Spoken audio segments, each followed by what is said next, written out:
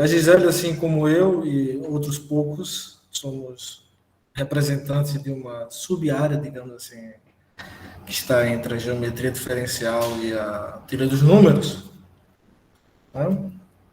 Mais especificamente na geometria hiperbólica, e ela vai nos falar sobre um dos exemplos de como duas áreas.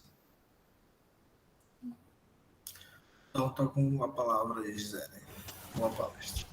Eita, deu uma falha aqui bem no finalzinho do que você estava falando, mas acho que foi uma oscilação da internet. Vamos ver. Se eu cair, me avisa, estou com o celular aqui do lado. Obrigada, Caio. Obrigada. Eu queria agradecer a todo o comitê organizador do evento, né? Em especial o Caio pelo convite e a Maria por ter gerenciado aí todo esse processo. Como o Caio falou, realmente, nunca fui à UFES como visitante oficial, vamos dizer assim, né? Então, espero realmente que em breve a gente consiga proporcionar esse encontro presencial, né, de alguma forma. Eu não estou vendo mais vocês. Qualquer dúvida ou comentário podem me interromper. Eu vou, como o Caio já introduziu, vou falar sobre alguns exemplos, né? Que, na verdade, esses exemplos giram em torno do mesmo assunto, né? Teoria de redução de formas quadráticas como algo mais associado à teoria de números puramente, vamos dizer assim, e a geometria hiperbólica em algum contexto, né? Eu vou fazer alguns exemplos, um exemplo de dimensão 2, um exemplo de dimensão 3, e vou falar de um resultado no final do Sarnak, que também tem uma conexão interessante entre um objeto algébrico e objetos da geometria hiperbólica. Tá? Só um segundo.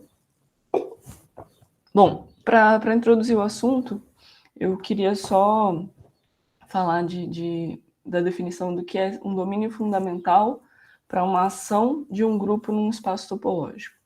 Então, eu coloco aqui uma ação propriamente descontínua, isso está aqui para garantir a existência disso que eu vou definir. Então, se eu tenho um grupo agindo num espaço topológico com propriedades boas, eu vou dizer que um conjunto F, um subconjunto de X, é um domínio fundamental para essa ação se, entre outras, dizendo de outra forma, esse conjunto F, né, quando eu olho para as imagens de F pela ação, né, então a órbita do conjunto F, isso cobre todo o espaço X e ladrilha perfeitamente o espaço, né? Então eu tenho que quando eu translado F, no máximo a fronteira tem interseção, mas o interior ele é transladado de forma a preencher todo o espaço, né, pelas cópias de F, com os interiores não se intersectando.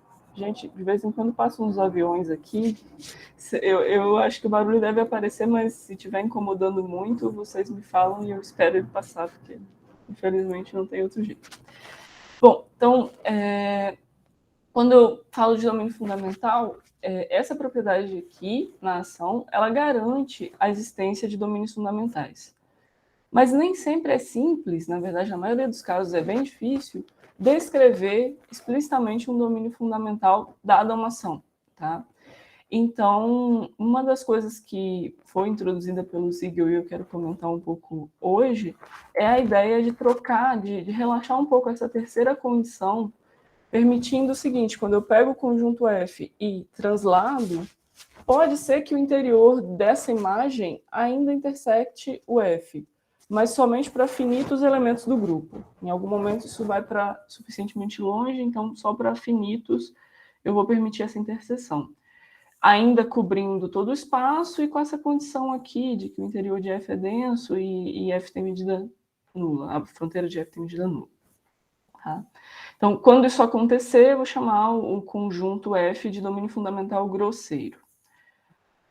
Um exemplo que vai ser útil para a gente é quando a gente considera a ação do grupo modular, isso são as matrizes 2×2 com entradas inteiras e determinante 1, no plano hiperbólico. Né? O plano hiperbólico, o Lucas já falou de um modelo para geometria hiperbólica, né? Esse daqui é um outro modelo, pego os números complexos com parte imaginária positiva, esse conjunto tem uma métrica que fornece curvatura constante -1, e esse grupo age nesse espaço a partir dessa ação que está descrita aqui, né, via transformação de Möbius, por isometrias. Tá?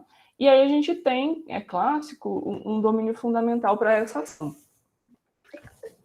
Para a ação do SL2E no H2. Que é esse conjunto mais escuro aqui, F. Eu coloquei em cinza mais claro algumas das imagens dele, né, por elementos do grupo, quando a translação horizontal por uma quantidade inteira, ela vai ser, em particular, um elemento desse grupo. E então, quando eu translado horizontalmente, eu vou pegando cópias desse F aqui, só colando lado a lado, por isso que está pontilhado aqui, porque eles são identificados. Então, a ideia de domínios fundamentais é que eles carreguem a informação de conter um único representante em cada órbita, a menos, enfim, dos pontos da fronteira, né, que a gente não se preocupa tanto. Aqui tem outro elemento em cinza embaixo, que seria a imagem da reflexão nesse círculo aqui, de raio 1, do F, tá? Então, e aí eu vou fazendo as imagens todas, elas ladrilham perfeitamente esse espaço por objetos que são do mesmo tamanho, né? Então a área desse cara aqui é a mesma desse, enfim, todas essas coisas são isométricas, né? E, bom, esse F eu não descrevi aqui quem é explicitamente, mas eu estou falando dos pontos que estão fora desse círculo de raio 1 centrado aqui no 0, e cuja parte real tem módulo menor do que meio. Tá? Essa informação depois vai ser útil. Bom, o que seria um domínio fundamental grosseiro? A rigor seria algo que contivesse esse domínio F aqui, enfim, que talvez fosse um pouco maior, mas que, quando eu faço os transladados pelo grupo, né, eles, no máximo, intersectam uma quantidade finita, esse domínio intersectaria uma quantidade finita desses transladados. Né? Eu vou fazer depois, no final, um desenho que vai conter um exemplo. Bom, como eu falei, é um trabalho difícil exibir domínios fundamentais. E aí, na teoria de redução de formas quadráticas, é onde surge pela primeira vez a ideia de criar conjuntos um pouco maiores, mais simples de descrever, que fornecem informações suficientes ou talvez importantes no sentido de descrever o domínio fundamental, né? E aí, falando sobre o primeiro exemplo que eu queria trazer aqui hoje, eu vou olhar para formas quadráticas reais em n variáveis, então são funções, né, de Rn para R, que são polinomiais de grau 2 nas entradas de x1 até xn. Uma expressão desse tipo aqui, né? Essa forma quadrática ela vai ser dita positiva definida se ela for positiva para todo x diferente de zero.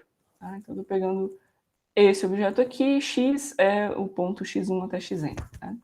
Quando a gente olha para essa expressão aqui, a gente já associa automaticamente na cabeça uma matriz. Né? Eu tenho soma de elementos do tipo A, J, X e XJ, e eu posso pensar essa soma como uma escrita dessa forma, né? Para x indo de x1 até xn, eu teria esse produto aqui, dá exatamente essa soma, onde essa matriz aqui é simétrica, né? A IJ está multiplicando x em xj, a AJ está multiplicando xj, xi, mas isso, enfim, tem que ser igual para que essa representação aqui faça sentido. E, claro, se eu tenho uma matriz simétrica, eu naturalmente defino uma forma quadrática escrevendo exatamente esse produto. Né? E aí o que a gente tem é uma bijeção entre o conjunto das formas quadráticas positivas definidas e o que eu vou chamar de P aqui, as matrizes n por n, reais, simétricas, também positivas definidas no contexto de matrizes. Né? A gente pode mostrar que existe essa bijeção. E aí eu vou considerar uma ação de um certo grupo nesse conjunto P. Tá? Eu vou olhar para esse grupo UN, são as matrizes invertíveis, né, com determinante mais ou menos 1 e entradas inteiras. Esse grupo age no conjunto P via essa ação aqui. Tá? É fácil ver que isso aqui dá uma ação de UN em P. E, bom, tem uma ação, a pergunta natural no contexto que a gente está aqui, se perguntar se existe um domínio fundamental para essa ação. Mas antes disso, eu gostaria de parar e pensar por que é interessante achar um domínio fundamental, por exemplo, para essa ação, né? E aí, um exemplo de interesse, vamos dizer assim, é pensar que se eu tenho duas formas quadráticas que se relacionam, né? Então eu tenho Q e uma Q'linha dessa forma, com U de determinante mais ou menos 1 aqui. Quando eu penso no problema de quais inteiros são representados por aquela forma, o que eu quero dizer com isso? Se eu tiver, por exemplo, uma forma binária, né, uma coisa do tipo ax² mais bxy mais cy², e a pergunta que eu quero fazer é, que inteiros n, para quais inteiros n, existe solução para a equação essa forma é igualada a n, então ax² mais bxy mais cy² igual a n, com coeficientes inteiros e onde x e y, as soluções que eu estou buscando, são inteiras. Para esse problema, se eu pego essa forma que eu comecei, e isso não precisa ser em dimensão 2, né?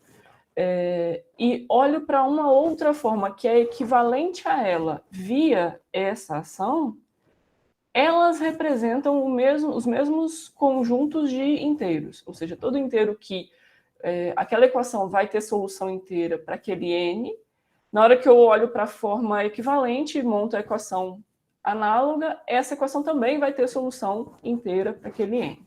Tá? Então, isso reduziria esse problema de procurar inteiros que são representados por um certo conjunto de formas, olhando para os inteiros que são representados por formas no domínio fundamental, já que, se for representada por alguém do domínio fundamental, como ele contém um ponto de cada classe, né, ele vai ser representado no conjunto como um todo automaticamente. E aí, quem vai ser esse domínio fundamental para a gente aqui? Bom, eu vou fazer uma definição aqui. A gente não vai se preocupar muito com entender bem essa definição que ela representa, mas o que eu quero chamar a atenção eu vou chamar de R, tá? O conjunto de formas, pensando a forma como, sempre nessa relação, né? A forma e a matriz simétrica que é associada a ela naquele conjunto P. Vou dizer que a forma é reduzida de Minkowski se, primeiro, para todo vetor inteiro, essa propriedade às vezes é chamada de admissível, tá? Tal que o MDC das entradas de UK até o N é sempre 1, então eu estou pegando entradas primas entre si, mas mais que isso, né? Toda vez que para o 2 até o N também são primos entre si, o N menos 1 até o N são primos entre si, para todo CAC, né? Para todo vetor assim, eu preciso verificar se essa expressão é maior ou igual do que a entrada, a késima entrada da diagonal principal da matriz. Tá? Então, isso daqui já me fornece, eventualmente, infinitas inequações para serem verificadas. E a outra condição é que as entradas acima da diagonal principal de S sejam maiores ou iguais que zero. Né? Então, eu aqui tenho, na segunda condição, beleza, são finitas coisas para serem verificadas, mas aqui eu tenho infinitas desigualdades para verificar, para dizer, olha, S é Minkowski reduzida. Tá? Mas o que o Siegel mostrou no trabalho dele é que esse conjunto R, bom, além de ter características, né, é um polígono convexo, limitado por uma quantidade finita de hiperplanos, isso é um domínio fundamental para a ação do N, bom, a menos de mais ou menos identidade ali,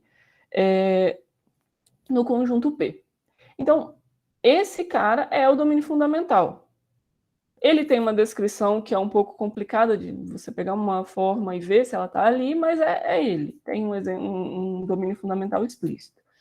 Só que na demonstração desse teorema, ele define o que foi a primeira noção de que seriam esses conjuntos de Siegel, né, que são exemplos de domínios fundamentais grosseiros. Então, qual que é a ideia dele?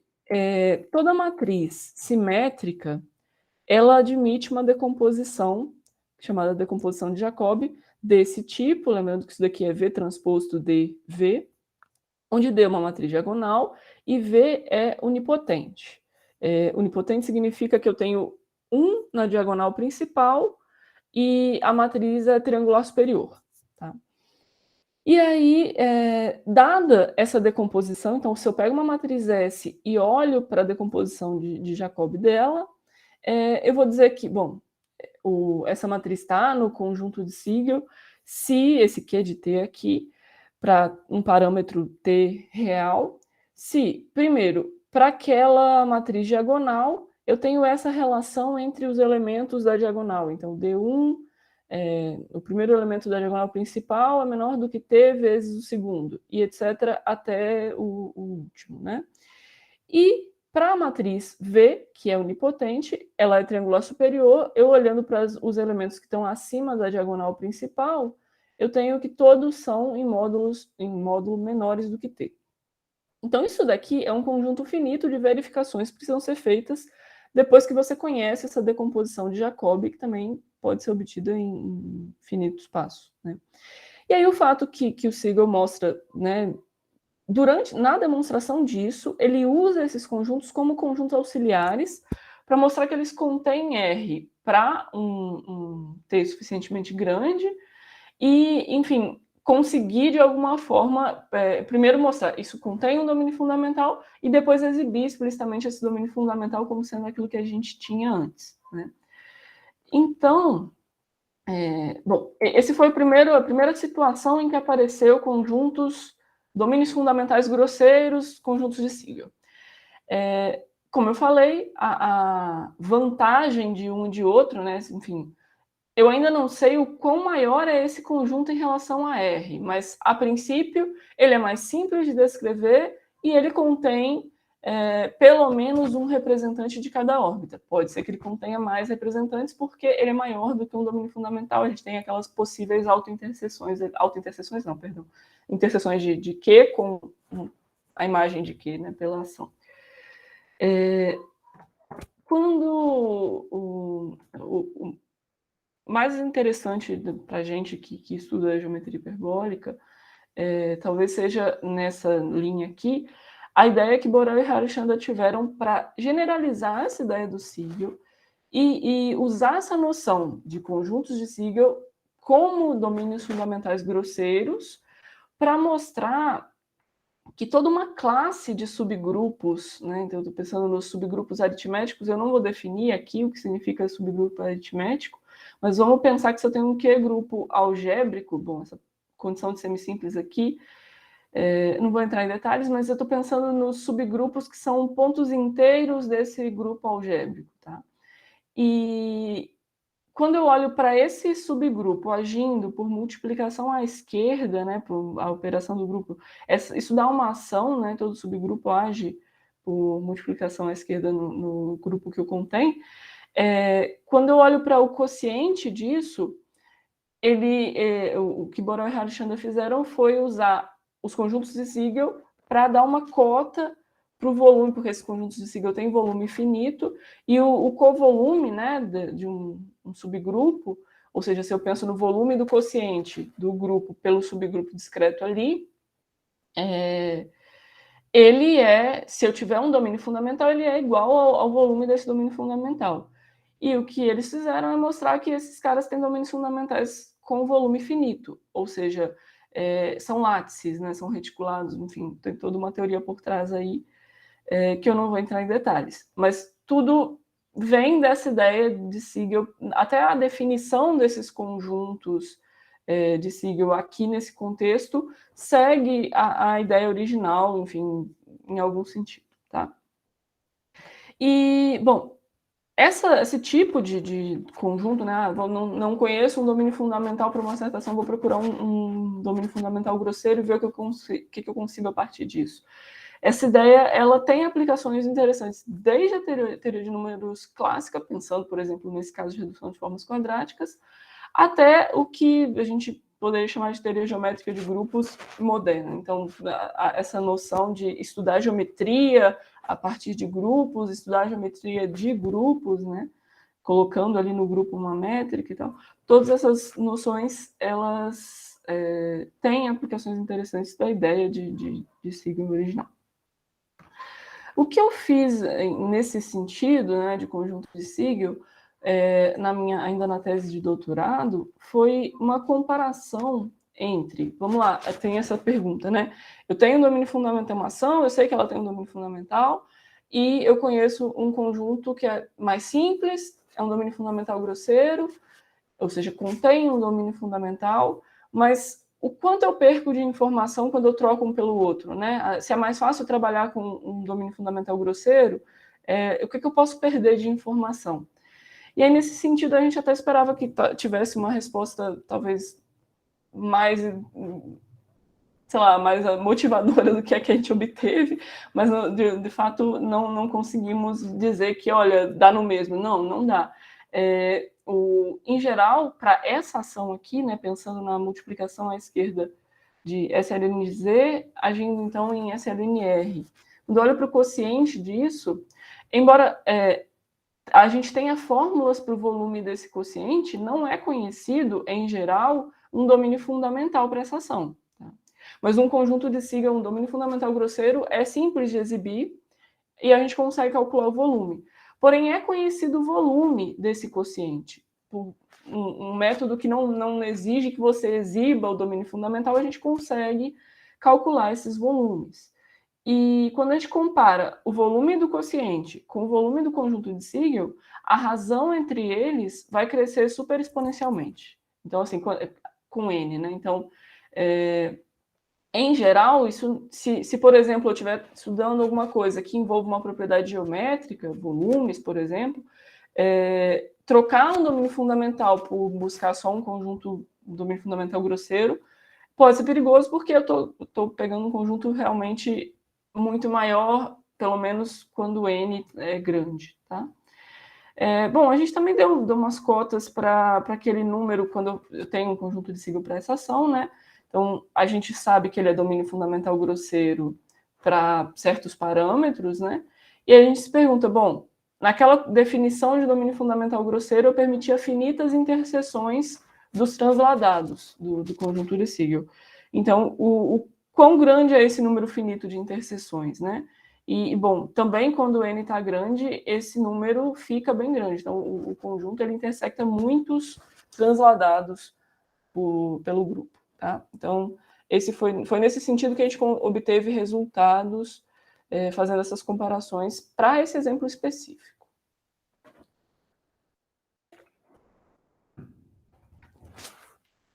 E aí, bom, quando eu considero... Aqui eu quero olhar para o caso de dimensão 2, que é onde vai ter essa relação mais explícita com a geometria hiperbólica. Até então eu só falei da redução de formas quadráticas, de como o Siegel definiu aqueles conjuntos que dão um domínio fundamental grosseiro, né?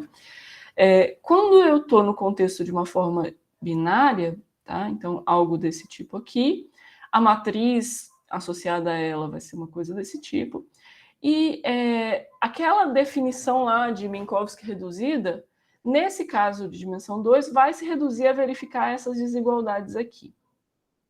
Tá? E aí tem só uma noção que eu vou precisar definir para fazer o paralelo com o plano hiperbólico.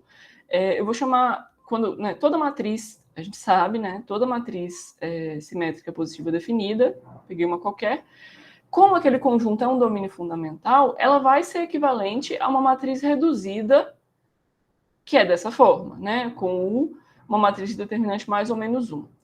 Se essa U tiver determinante 1, eu vou dizer que essa U é propriamente reduzida. Tá? E aí, nesse caso, a gente consegue verificar que essa SU, quando ela é propriamente reduzida, verificar isso significa verificar essas desigualdades aqui. São um conjunto simples de desigualdades, né? A gente não vai olhar agora exatamente porque isso está aqui, mas a gente vai entender quando eu tiver o paralelo com o plano hiperbólico. O que acontece?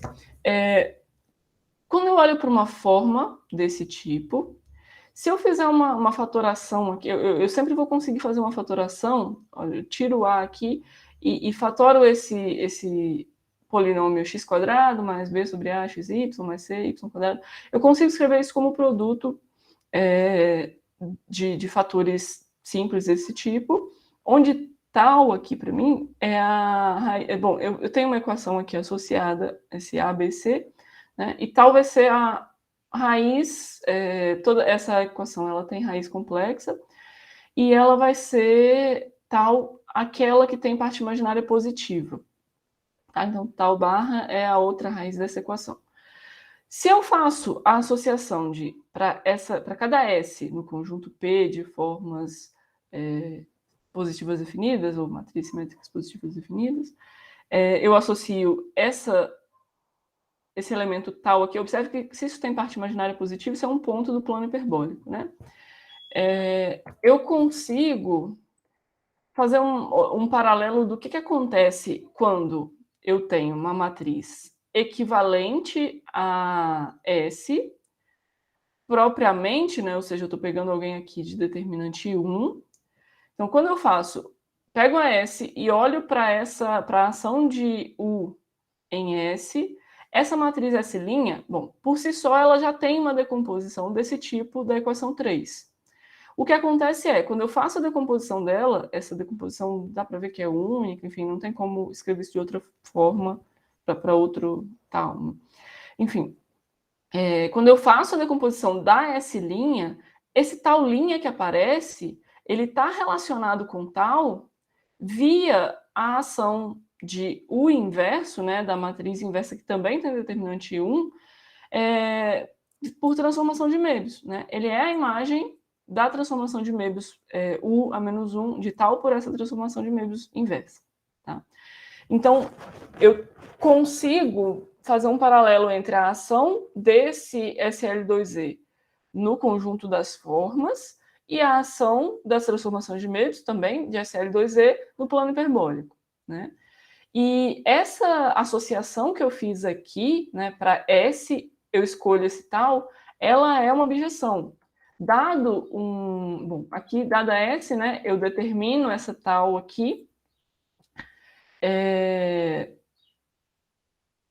com parte imaginária positiva, então eu determino um ponto do plano hiperbólico, e por outro lado, dado um ponto do plano hiperbólico, se eu escrevo esta matriz aqui, observem que ela é simétrica, ela vai ser positiva definida também, essa matriz gera uma forma S tal. Tá? Então, é assim que eu crio a objeção, e como eu falei, esse grupo age em H2 por transformação de Möbius, e dois pontos são equivalentes se, bom, existe uma transformação de Möbius que leva um no outro. Se eu olho para essa ação, né, essa relação de equivalência, quando eu busco um domínio fundamental para essa ação, automaticamente eu ganho um domínio fundamental para a ação daquele U2, né, que são, bom, olhando agora para as... Como fala? Para a ação própria, né, para de determinante 1, eu vou ganhar um domínio fundamental para essa ação, tá? Então, aqui está um exemplo bem claro, né?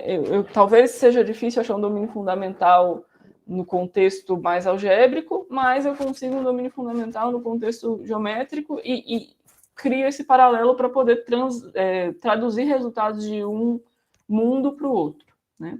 E aí, quando a gente olha aqui, especificamente para essa condição de formas propriamente reduzidas, isso é exatamente quando aqui A é 1 sobre eta, né? B é menos que C sobre eta, e C é eta quadrado mais que C quadrado. Quando eu olho para as condições módulo de 2B menor ou igual do que A, menor ou igual do que C, o que eu vou ganhar é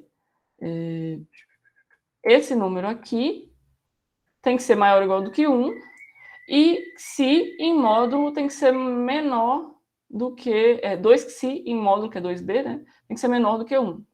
Então, eu vou ganhar essas condições aqui. E um ponto, né? Quando uma forma é propriamente reduzida, ou seja, isso daqui... Bom, quando a forma é propriamente reduzida, o tal correspondente satisfaz essas condições, né? No plano hiperbólico. Mas satisfazer essas condições é exatamente estar no domínio fundamental que eu tinha falado antes. Então, isso é de fato o mesmo domínio fundamental para a ação própria, né? Não para a ação original, mas a partir desse domínio fundamental, a gente pode conseguir um domínio fundamental para a ação original. E aí, nesse caso, tá, aqueles conjuntos do signo, aqueles Q de T, a gente pode traduzir em termos aqui, dá para colocar tudo em termos de um parâmetro único, mas enfim, como justamente essas caixinhas que eu falei, né? Algo que contém um domínio fundamental para T suficientemente pequeno e para lambda suficientemente grande, né? Porque eu poderia pegar algo um pouco acima aqui, isso não seria um domínio fundamental, mas se lambda for maior do que meio, maior ou igual que meio, e T for menor do que essa altura mínima aqui do domínio fundamental, nesses pontos aqui no cantinho, isso já vai conter o domínio fundamental, vai ser um domínio fundamental grosseiro, e dá para a gente mostrar que aquelas relações lá no Q de T se traduzem só nessas condições aqui. Tá? Deixa eu ver como é que eu estou de tempo. O segundo exemplo, alguma pergunta até aqui? Não sei. Tá. O segundo exemplo, ainda uma relação parecida com o que aconteceu aqui agora, a gente vai pensar na ação de um certo subgrupo discreto das matrizes complexas de determinante 1, 2 por 2, né? Esse grupo aqui, ele age no chamado espaço hiperbólico. Agora eu vou pensar num espaço de dimensão 3. Isso aqui é o semi-espaço superior, né? Eu estou pegando um complexo na primeira entrada e um número real positivo na segunda entrada. Ele também tem uma métrica hiperbólica de curvatura -1 constante, para a qual esse grupo age por isometrias. E aí a gente vai olhar para a ação de um subgrupo discreto desse cara aqui em H3. Que subgrupo discreto vai ser esse, né? Eu vou considerar um inteiro livre de quadrados aqui, positivo, e o corpo imaginário, né, de adjuntar aqui o raiz de -d. Se d for 1, por exemplo, né, isso aqui é a mais b, i, com a e b em q, né?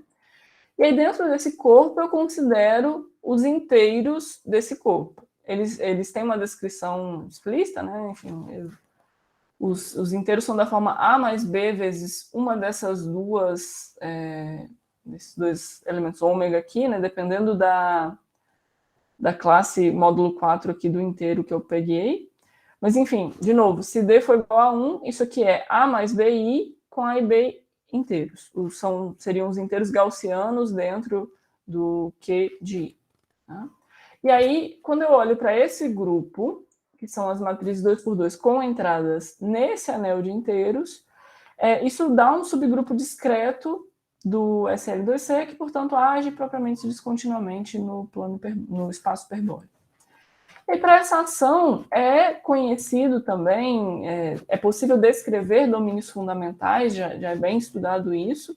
Eu coloquei aqui para representar o caso D igual a 1, né? Ele se parece bastante com o domínio fundamental da ação do grupo modular no plano hiperbólico, né? Só que aqui agora eu tenho algo que está acima de uma esfera de raio 1 e dentro de parte real e parte imaginária do complexo lá correspondente, eles estão limitados por uma constante que também, aqui nesse caso, é meio. Bom, aqui a gente conhece o domínio fundamental. O que a gente tentou fazer já em trabalhos no final da minha tese e depois, né, enquanto eu estava fazendo pós-doutorado e já na UFS, foi tentar estudar domínios fundamentais grosseiros para essas ações aqui. O que acontece é que quando D é diferente de 1, pode ser que esse domínio fundamental tenha outros pontos aqui esse domínio fundamental ele se estende indefinidamente aqui até o ponto no infinito, né? Então, para outros valores de D, esse domínio fundamental tem outros pontos no bordo dos quais ele se aproxima. Essas cúspides, são chamadas cúspides, né? E isso gera uma certa dificuldade em entender os domínios fundamentais grosseiros. Porém, no meio do processo, a gente chegou a essa pergunta de o que a gente pode falar sobre, enfim, tem alguma relação também com formas quadráticas? E aí, bom, o primeiro resultado que a gente conseguiu demonstrar, ainda sem na época, sem ter muita noção se isso teria alguma utilidade prática, é que, bom, qualquer ponto aqui a gente sabe que tem uma matriz que leva esse ponto aqui dentro do domínio fundamental, porque tem um representante aqui da órbita desse ponto que eu peguei inicialmente. E aí a gente começou a estudar que propriedades teria essa matriz. Tá? Então, deixa eu fazer aqui algumas definições. Se eu tenho um número interalgébrico, né, daquele corpo, eu vou definir a altura desse inteiro como a norma complexa dele mesmo. Tá? Essa norma aqui é a norma complexa. E aí, quando eu tenho um ponto de H3 e uma matriz naquele grupo, eu vou definir duas coisas aqui que vão ser úteis para provar os resultados. Primeiro, a altura da matriz vai ser o máximo das alturas das entradas. Lembrando que as entradas estão nesse anel aqui, então é o máximo da norma complexa das entradas. E essa função D, ela será algo que mede... eu peguei um ponto do plano hiperbólico, Z é um complexo, T é um real positivo. Então, eu estou medindo aqui o máximo entre T menos 1. Então, se T está próximo do bordo do espaço, né, daquele plano XY ali, esse número vai ser muito grande, né? E também vou medir se ele está muito longe do eixo imaginário, olhando para o máximo da parte real e da parte imaginária. Essa função aqui permitiu dar uma cota para a altura da matriz que faz aquilo que eu falei. Pega um ponto e olha para a matriz que leva esse ponto no domínio fundamental. Então, o resultado que eu e o Caio obtivemos foi que essa matriz... existe uma constante que só depende do D que foi escolhido, né? Observe que para cada D eu tenho um grupo diferente, tem uma ação diferente, um domínio fundamental diferente. Mas, enfim, existe uma constante que só depende desse D, que tem essa propriedade. Para cada ponto, eu sei que existe uma matriz aqui que leva esse ponto no domínio fundamental, e eu sei, a gente consegue estimar a altura dessa matriz por uma constante vezes o quadrado dessa função. Então, dá para saber que tamanho tem a matriz baseado no máximo, né? Enfim, tamanho máximo da matriz, uma cota para isso, baseado naquela função d de zt. E, além disso, essa constante aqui, que a gente tem aqui, ela é ótima, ou seja, a gente consegue um exemplo de uma sequência de pontos ali para os quais essa altura da matriz se aproxima desse valor. Tá?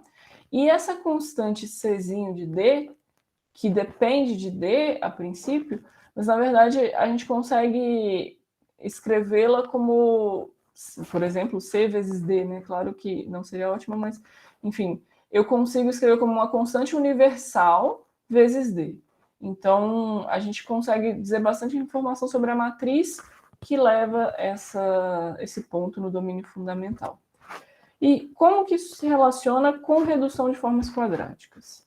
Bom, eu vou considerar agora aqui formas hermitianas, tá? Então, vão ser formas 2×2, associadas à matriz 2×2, só que agora com entradas complexas, no caso que a gente está interessado, com entradas no anel de inteiros, e uma matriz desse tipo, ela define uma forma hermitiana em C. Tá? Então, pensando aqui em x e z são números complexos, e eu vou pensar nessa forma hermitiana aqui. Tá? Bom, tem algumas definições aqui que eu preciso fazer. O discriminante da forma associada a essa matriz vai ser esse número, e uma forma positiva definida, eu vou definir isso aqui, se para todo par de complexos não nulos, eu tenho f calculada nesses pontos positivo. E, bom, dá para mostrar que ela vai ser positiva definida, implica que esse A é positivo e também que o discriminante é um número positivo. Tá? Bom, eu vou chamar de H mais GOD todas as formas hermitianas, né, associadas a matrizes dessa forma que sejam positivas definidas. E aí eu vou ter que considerar um certo quociente desse grupo aqui pela ação de multiplicar por um número positivo, porque o que eu quero é também criar um paralelo com o espaço hiperbólico agora. E aí a bijeção que eu quero construir, ela vai existir com esse quociente aqui. Tá? Que bijeção é essa? Também dá para mostrar explicitamente, igual no exemplo de dimensão 2, que essas formas positivas definidas quocientado, né, pela aquela multiplicar por constantes positivas, estão em bijeção com o espaço hiperbólico. Como que é dada essa bijeção, né? Lembrando que uma F dessas é associada a uma matriz A, B, B conjugado e D. Aqui A e B são reais, tá? A e B é um número complexo. A e D são reais, B é um número complexo. Então, B é um número complexo, aqui eu tenho um número complexo. Esse discriminante é positivo, né? Como eu falei, porque a forma ela é positiva definida. Então, este número vai ser positivo, porque tanto A quanto o discriminante são positivos se a forma for positiva definida. Isso é um ponto no espaço hiperbólico. E aí a inversa também pode ser dada explicitamente. Tem uma expressão até bem parecida com aquela anterior, né?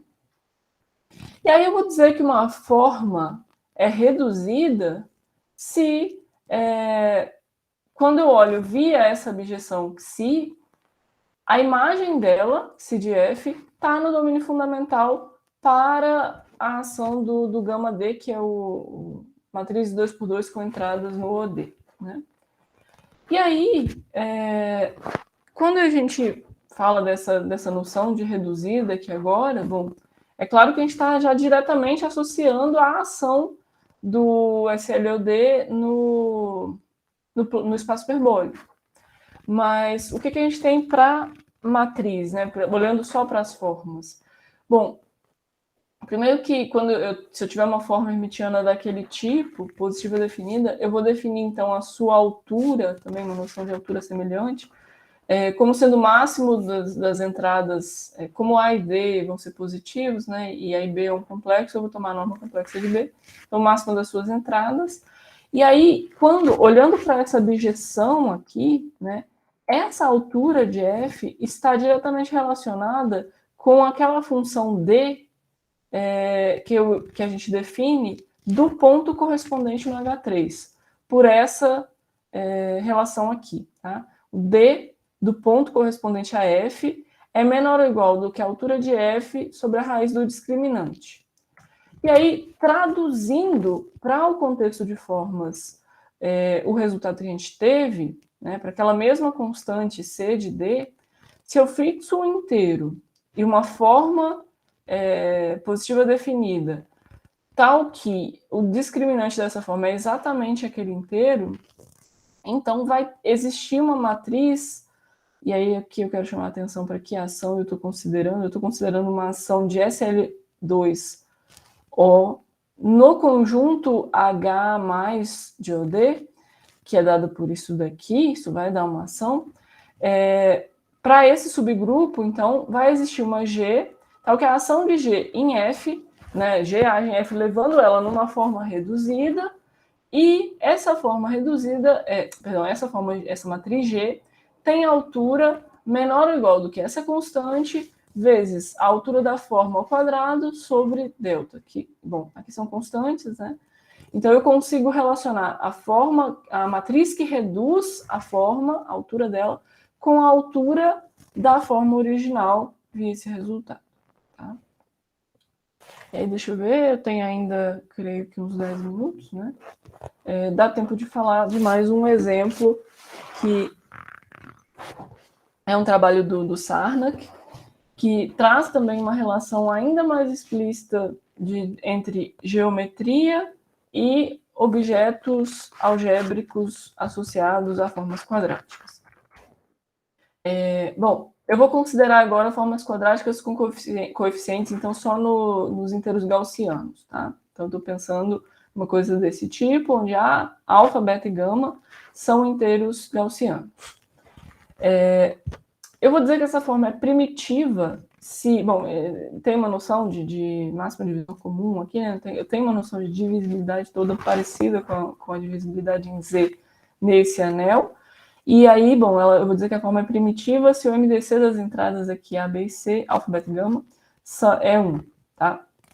E eu vou dizer que o discriminante, né, dessa forma vai ser definido como menos 4 vezes o determinante dessa matriz aqui, tá? Então, é beta ao quadrado menos 4 alfa gama. Então, se eu chamo esse número de discriminante e considero no conjunto de todas as formas com essa característica,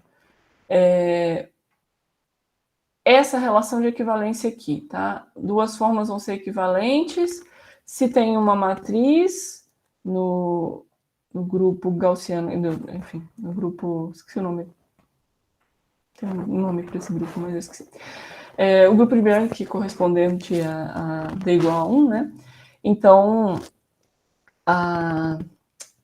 essa ação, isso daqui define uma ação, e aí, consequentemente, eu tenho uma relação de equivalência. E quando eu olho para quantidade de classes de equivalência de formas primitivas com um certo discriminante fixado, né? Então, esse número aqui fixado, esse número, essa quantidade é chamada de número de classes, e é um fato clássico que esse número é finito para todo D, D que possa ser um discriminante, né? Observe que para ser um discriminante, nem todo número inteiro gaussiano pode ser um discriminante, porque ele tem que ser, por exemplo, um quadrado módulo 4, né? Então, eu tenho algumas restrições para os números que podem ser discriminantes. Mas, dado um discriminante, esse número H de D é finito. Tá?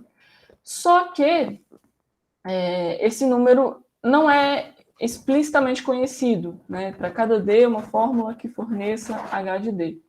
E aí tem muitos estudos no sentido de tentar fornecer cotas, tentar fornecer aproximações para esse número. E aí, nesse trabalho do Sarnak, ele fornece... Vamos olhar primeiro para o teorema, e aí eu já explico o que está aqui em cima, né?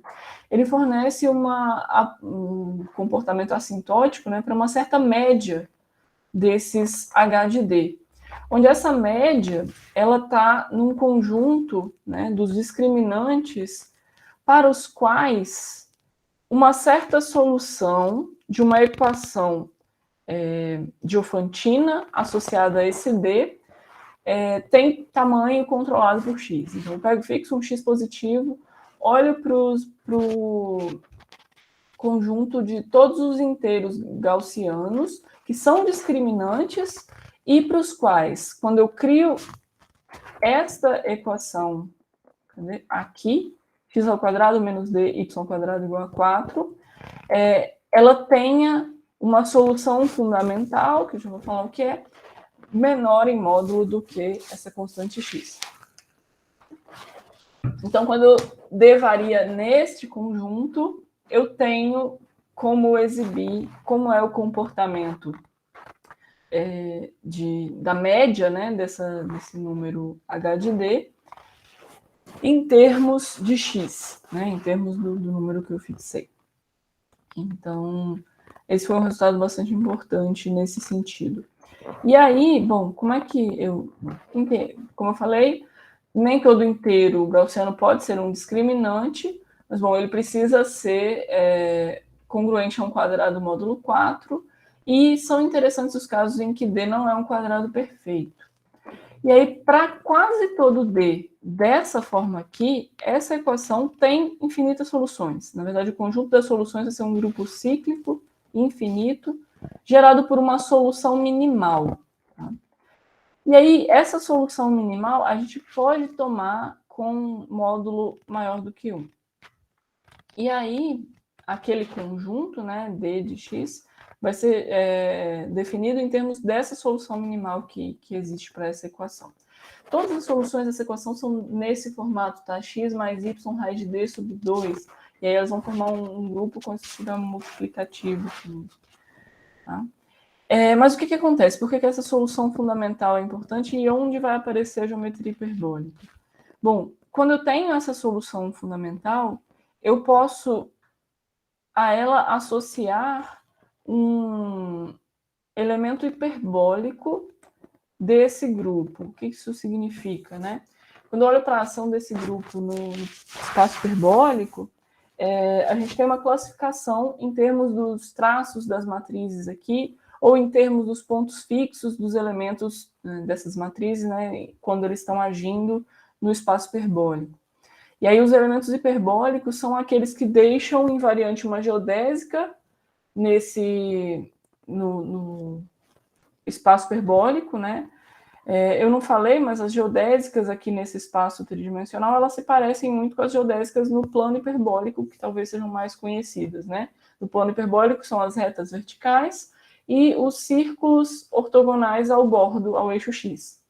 No espaço são as retas verticais e os círculos ortogonais ao plano que está ali no bordo desse semi-espaço, né?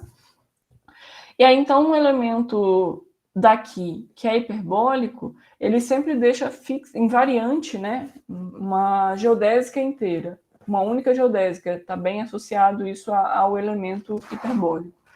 E essa geodésica, quando eu faço o quociente do H3 pelo grupo SL2ZDI, essa geodésica vai se traduzir lá embaixo, lá no quociente, em uma geodésica fechada da variedade que aparece como quociente disso. E aí o que o Sarnak demonstrou é que tem uma bijeção entre esses dois conjuntos, né? Quando eu considero, então, essa ação, olho para a variedade, estou colocando entre aspas aqui, porque, enfim, isso tem que tomar cuidado, poderia ser uma orbifold, mas, enfim, vamos pensar isso como uma variedade tridimensional, lembrando que cada elemento hiperbólico aqui tem uma geodésica invariante que se traduz numa geodésica fechada em M, então eu vou olhar para as geodésicas fechadas primitivas em M. Bom, primitiva significa que ela não dá várias voltas em torno de si mesmo, né? Ela é simples. E quando eu olho para os comprimentos dessas geodésicas, eles vão estar associados ao tamanho daquela solução fundamental via uma bijeção entre esses dois conjuntos. E quando a gente faz essa estimativa aqui, né, enfim, em termos de contar o H de D, a gente está associando isso a dizer que, bom, esse epsilon D está menor ou igual num subconjunto, uma média num subconjunto onde essa solução fundamental tem tamanho menor ou igual do que X. E aí, o que com esse resultado o Sarnak faz é dar uma cota para esse H de D em termos da quantidade de geodésicas fechadas primitivas de M que tenham comprimento exatamente igual a essa quantidade aqui, 2 log desse tamanho aqui. Isso aqui é uma outra forma de dar estimativas para esse H de D, que é extremamente interessante porque a gente passa a ter o problema de estudar comprimentos de geodésicas fechadas em uma três-variedade que é obtida por um quociente de H3, e o problema de contar algo que a princípio não tinha nada a ver, né? Quantas classes de equivalências por aquela relação de equivalência de formas eu tenho com o mesmo discriminante, né? Então, eu considero bastante interessante essas relações e cada vez mais, como o Caio falou, nosso pequeno grupo de subgrupo daquele limbo entre geometria e teoria de números, né? Que a gente tem tentado fazer trabalhos nesse sentido de buscar problemas geométricos que possam ser resolvidos algebricamente ou o contrário, através dessa riqueza de relações que a gente tem e que aparecem em muitos trabalhos de pesquisadores da nossa área. Certo? Bom, por hoje é isso. Eu vou deixar aqui as referências. Esse é o meu trabalho com o Caio. Esse é o trabalho que eu falei antes da comparação dos covolumes lá com o domínio de Siegel.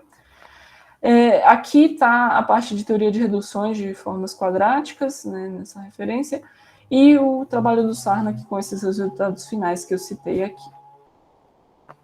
Está fazendo um barulho aqui fora agora, mas está cheio dos barulhos. Mas é isso.